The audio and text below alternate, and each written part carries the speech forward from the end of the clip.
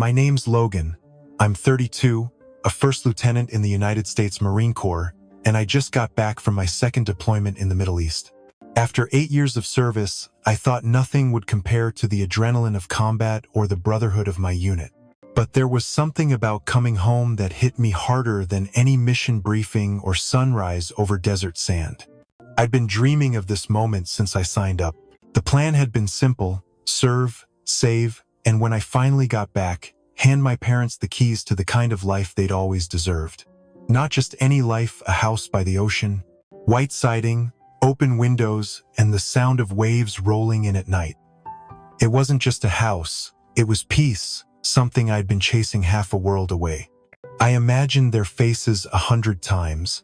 My dad, who used to work double shifts at the plant. My mom, who never missed a call, no matter the time zone. I could already see them on that front porch, sipping coffee, finally breathing easy. Every push-up, every sleepless night, every lonely base Christmas had been worth it for that image alone. That moment was supposed to be ours. When I pulled into the driveway, the house looked exactly like I remembered it from the real estate photos. Calm, still, the kind of still that's supposed to soothe you, but I couldn't shake this weird flutter in my chest. Like I was walking into something I couldn't see yet, but was already waiting for me. Something felt off. I told myself it was just nerves or leftover tension from the field. That first night home, everything looked perfect. The house was warm, my parents were overjoyed, and I should have been at peace. But some part of me couldn't settle. It was the way my sister hugged me just a little too fast, smiled without really looking at me. The way her boyfriend hovered like he belonged. I couldn't name it yet, but there was a crack somewhere in that picture I'd held in my mind for years. I just hadn't found it yet. Looking back, I wish I'd trusted that feeling. I wish I'd paused long enough to listen to the silence between our words, to read what wasn't being said. Because the storm wasn't coming. It was already inside the house. My parents never had much, but they gave me everything. My mom worked nights as a nurse, coming home with tired eyes and cracked hands, but always managing a smile. My dad worked in a local factory. His clothes always smelled like oil and metal, but he made sure I never missed a school lunch or a sports fee. When I was 12, I wanted to join a summer wrestling camp 2 states away. We couldn't afford the flight, so my dad drove me 8 hours each way, slept in the car, and drove back home for work the next morning. He didn't say much. He just handed me a paper bag of peanut butter sandwiches and told me to do my best. I remember sitting in that camp dorm, staring at the sandwich, knowing no one else in that room understood what it had cost to get there. My mom used to keep her jewelry in a tiny tin box she hid in the back of the kitchen cabinet. It wasn't much, just a few pieces passed down from her mother, but when my high school offered a military prep course that required a fee we didn't have, I found that box empty the next day. She told me she'd lost the earrings somewhere in the laundry, but I saw the pawn receipt sticking out of her coat pocket the next morning. She never mentioned it again, neither did I. They never complained. Not when I told them I wanted to join the Marines. Not when I left for boot camp and missed Thanksgiving. Not even when I started deployment rotations and only called once every few weeks. My mom would end every call the same way. "Stay safe, Logan." And my dad would say, "Proud of you, son." That was it. Simple, steady, unshakable love. Growing up, we didn't do vacations. Our backyard was the ocean, the forest, the whole world when you've got a tent and a dad who can build a fire. I never felt poor. I felt like the richest kid alive because my parents made the little we had stretch far enough to hold dreams. That kind of love carves deep. Every success I had in the Corps, every medal, every promotion, it belonged to them as much as it did to me. I carried their sacrifices in my pack. Every time I laced my boots or boarded a flight to another country, I remembered those peanut butter sandwiches and the empty jewelry box. Those weren't just stories, they were promises I made to myself. That's why I saved. That's why I didn't buy the truck or take the trips or splurge on things other guys in my unit were chasing. I kept my head down, logged the hours, and funneled every extra cent into one dream. A house, not just any house, but one where my parents could wake up and hear the ocean, where they didn't have to count pills or coupon booklets anymore. A place where they could finally exhale. People talk about paying it forward like it's some moral obligation. For me, it was instinct. My parents gave me a life built on sacrifice and quiet resilience. Giving them a beach house wasn't a reward, it was a small echo of everything they gave up so I could stand where I am now. I never told them the full plan. I wanted it to be a surprise. I pictured the look on my mom's face when she saw the kitchen, how it caught the morning light just like she always described her dream home. I thought of my dad setting up a grill on the deck, finally getting to sit without checking the clock for another shift. That vision kept me moving when nothing else could. They deserved everything, and I was going to make sure they had it. Or at least I thought I would. For 8 years, I lived like a ghost in my own life. I skipped every leave unless it was mandatory, stayed on base when others went home, and funneled my entire paycheck into a savings account I never touched. While the guys blew cash on motorcycles or new gear, I patched up my boots and kept my phone from 2013. I ate in the mess hall, bunked in the barracks, and made coffee in a dented thermos. When I needed to clear my head, I'd walk laps around the perimeter fence and picture the porch of a house I hadn't bought yet. A house where my parents could finally sit still. The market near our hometown wasn't cheap. A beach house wasn't some fantasy, though. It was a mission. I tracked listings, emailed agents between deployments, and called banks from whatever time zone I was in. The day I saw it, white siding, wraparound porch, windows facing the ocean, I knew. That was the one. I didn't tell my parents. I kept it close, let it build. The paperwork came through a week before I rotated home, and I used my last few days of leave to meet the contractor, repaint the kitchen in soft yellow, and set up their old rocking chairs from storage out on the deck. When I handed them the keys, my mom cried like I'd come back from the dead. My dad just stared at the house for a full minute, like it was a mirage. He didn't speak until we stepped inside, and even then, all he said was, "This is ours?" I nodded. He pulled me into a hug, and I felt his shoulders shake. That first night, we cooked spaghetti and ate at the long wooden table by the window. The sky turned orange over the water, and for a moment, we were just 3 people in the home they'd never dared dream they could afford. My mom lit a candle, even though it wasn't anyone's birthday. She said it felt like a celebration anyway. We didn't say much. The quiet wasn't heavy. It was peaceful.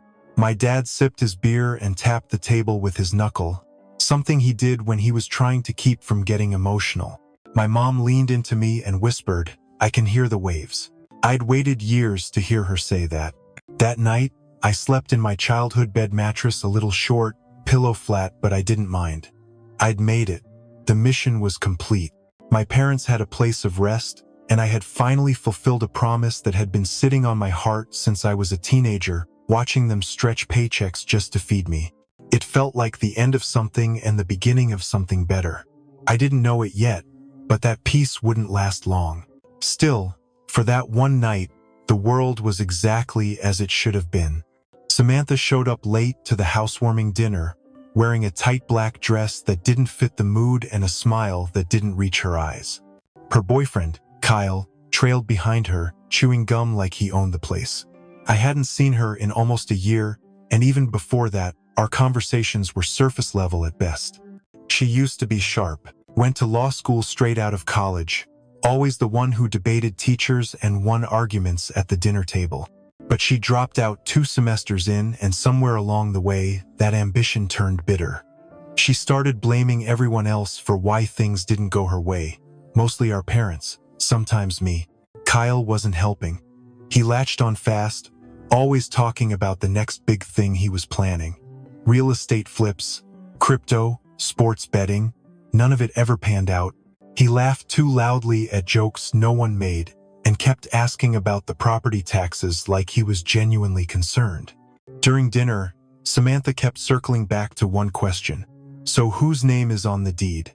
I laughed the first time she asked, thought she was just teasing. But then she asked again, and again. Her voice didn't change, but her eyes did, flat, calculating, like she was scanning for a weak point. The air got tight after that. My mom tried to steer the conversation toward the remodel, talking about paint colors and kitchen tile. My dad just drank his beer and nodded. Samantha smiled again, too wide this time, like she wanted to prove something. But that smile, it chilled me. It felt more like a mask than a welcome home. After dessert, she stood at the window and stared out at the ocean. She didn't say anything. Kyle lit a cigarette on the back porch, even though I'd asked him not to smoke near the house. I watched them both from the kitchen, something heavy starting to form in my gut. Not anger, not yet. Just a slow realization that something wasn't right. I couldn't explain it then, not in words. But the warmth from earlier had drained out of the room. Samantha looked back over her shoulder once before she left, and in that look, I saw something cold. Something old and unresolved. It wasn't jealousy, it was entitlement. That night, lying in bed, I told myself I was imagining things. Maybe I was just on edge from being back. But deep down, I knew better. Her smile had told me everything I needed to know. Something was coming. And it wasn't going to be good. It was just past midnight when my phone rang. I knew something was wrong before I even picked it up. My mom's voice was shaking, panicked, barely forming words. She said Samantha had changed the locks, thrown them out, and said the house belonged to her now. My heart dropped. I sat up so fast I knocked the lamp off the nightstand. She kept saying the same thing over and over. We're outside. She won't let us in. Logan, she said, it's hers now. I told her I was coming. No time to think. I grabbed my keys, threw on a hoodie, and was in the truck before the call ended. My hands were trembling, but my mind was already shifting into that space. I knew too well. Focus, control, react. The drive back to the house felt like a blur of headlights and fury. I barely noticed the rain until I pulled into the driveway and saw my parents standing in it. Soaked, confused, like they were waiting for someone to tell them it was all a mistake. And there, at the front door, were two cops. One was listening to Samantha, the other was holding a clipboard. I jumped out of the truck and ran up to my dad. His jacket was drenched, and he didn't say a word. Just put a hand on my shoulder like he was steadying himself. My mom looked up at me with eyes I'd never seen before. Not like that. Fear, betrayal, disbelief, all of it wrapped into one silent plea. I walked straight to the door, heart pounding, rain dripping from my face.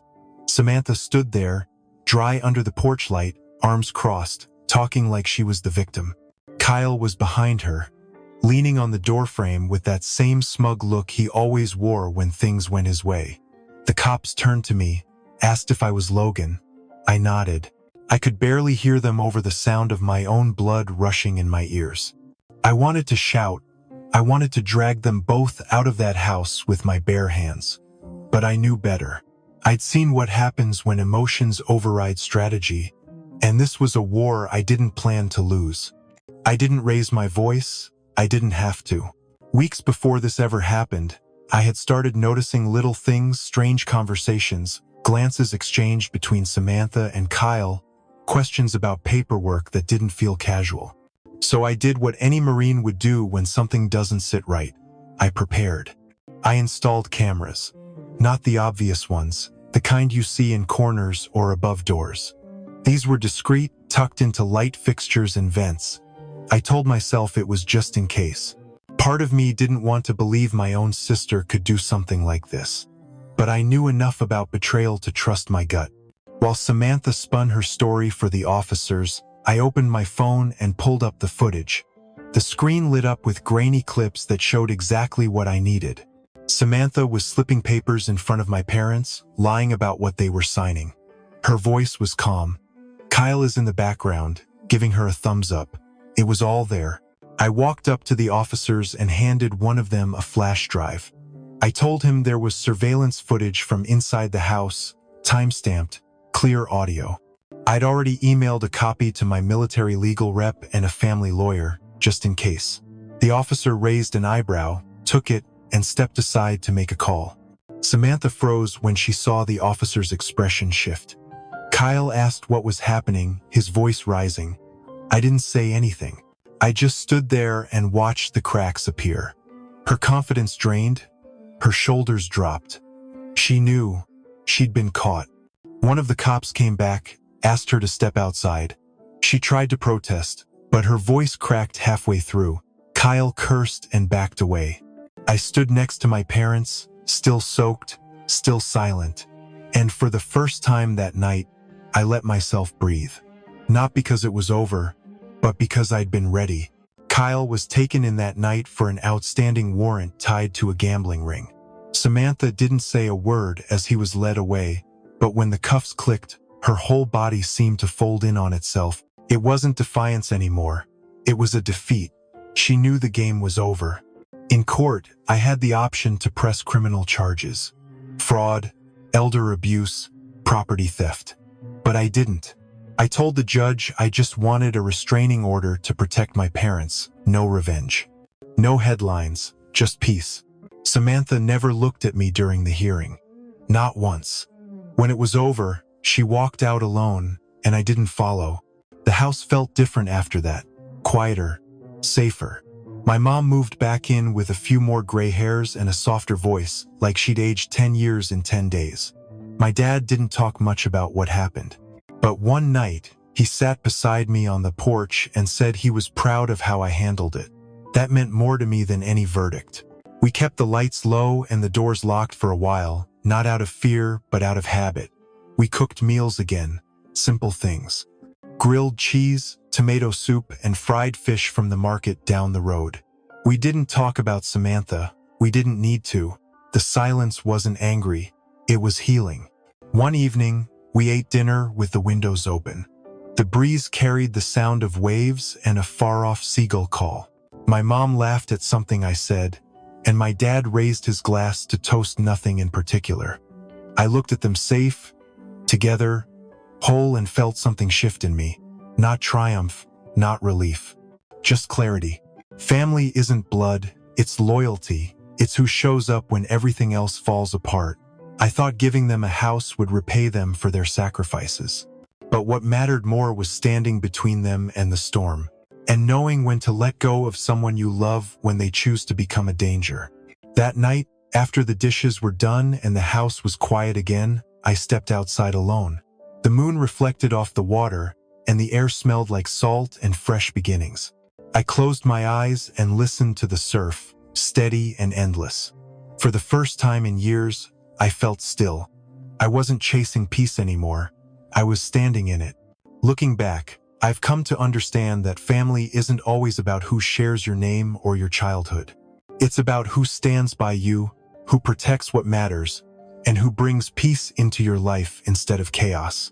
Sometimes, love means letting go. Sometimes, the bravest thing you can do is to draw a line and say, this is where it stops.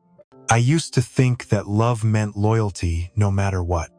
That you had to forgive endlessly just because someone was blood. But pain taught me something deeper. You have the right to choose who earns a place in your life. You have the right to walk away when love becomes a weapon instead of a shelter.